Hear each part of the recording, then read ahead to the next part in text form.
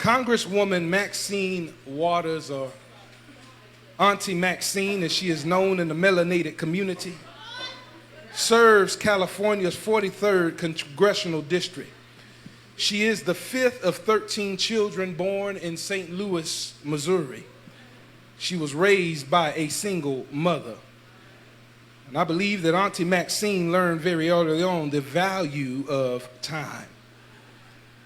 Auntie Maxine is also no stranger to tackling tough issues.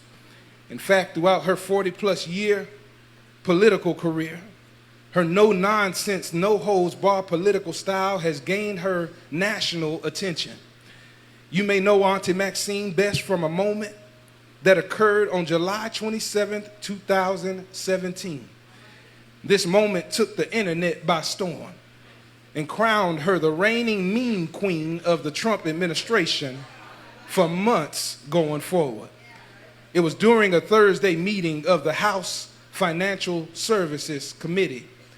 The Treasury Secretary Steve Mnuchin was testifying before the committee about the state of the international finance system.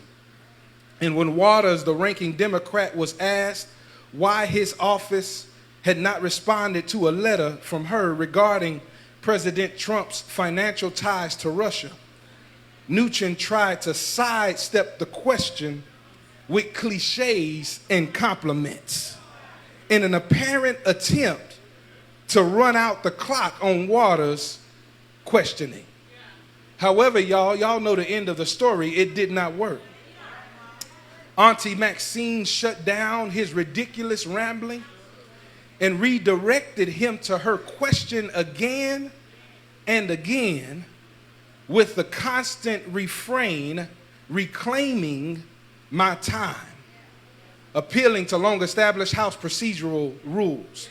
And in reclaiming her time, Auntie Maxine retrieved, recovered, and repossessed the time, both past and present, that her opponent had tried to take from her. Waters knew that one procedural phrase would allow her to recover the time that had been lost to her opponent like nothing had ever happened.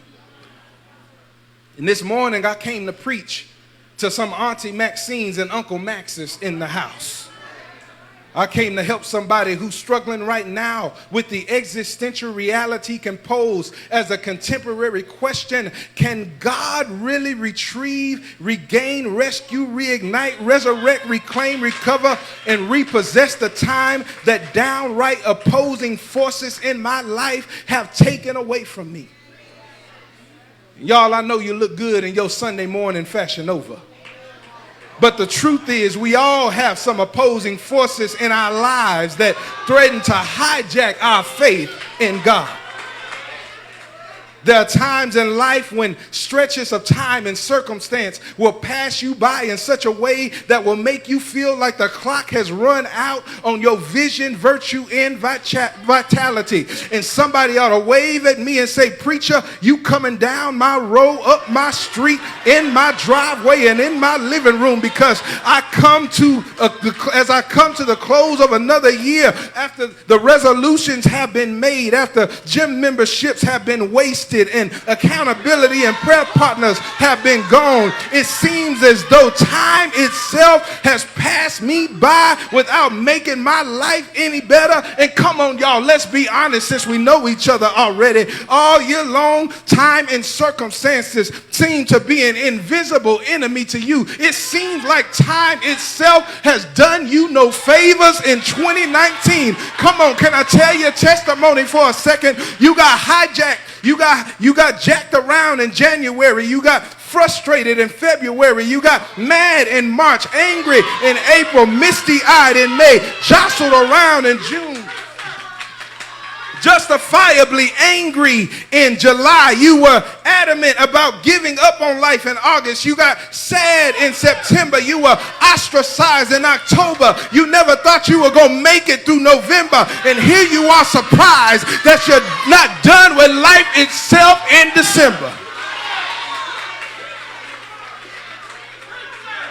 But this morning, I wish I had 23 witnesses and I made 24 who still believe that even after all the hurt, all the heartache, all the pain, all the failed relationships, all the missed opportunities, all the moral failures and poor decisions, after all the fickle fair weather friends and devastating diagnosis, after the precarious prognosis and shattered dreams, that your God, who operates on Chronos and Kairos time, that is inside and outside of our time, can still reach down into the depths of your right now and allow you to envision with your own eyes a future for yourself that you thought was lost forever.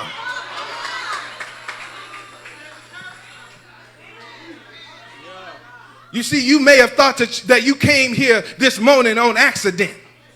But God brought you here on assignment to recover some lost time in your life. And if you believe it, you ought to become your own self-help group and lay your hands on yourself and say, self, during this Advent season, as we look at the reality of Christ coming and as we look forward to Christ coming again, we are in a season where we are reminded that the living word of the Lord has been and will be fulfilled in our midst today, according to Joel chapter 2. Verses 25 through 26, where the word of the Lord declares, I will restore to you the years that the swarming locusts have eaten, the hopper, the destroyer, and the cutter, the great army which I sent among you. You shall eat in plenty and be satisfied, and praise the name of the Lord your God, who has dealt wondrously with you. And my people shall never again be put to shame. The seasoned saints would say it this way: have you any rivers that seem uncrossable? Have you any mountains that you can't tunnel through? God specializes in things that seem impossible, and he will do what no other power in heaven and earth, what no other power, what no doctor, no lawyer, no life coach, no self-help group, God can and will do what no other power can do.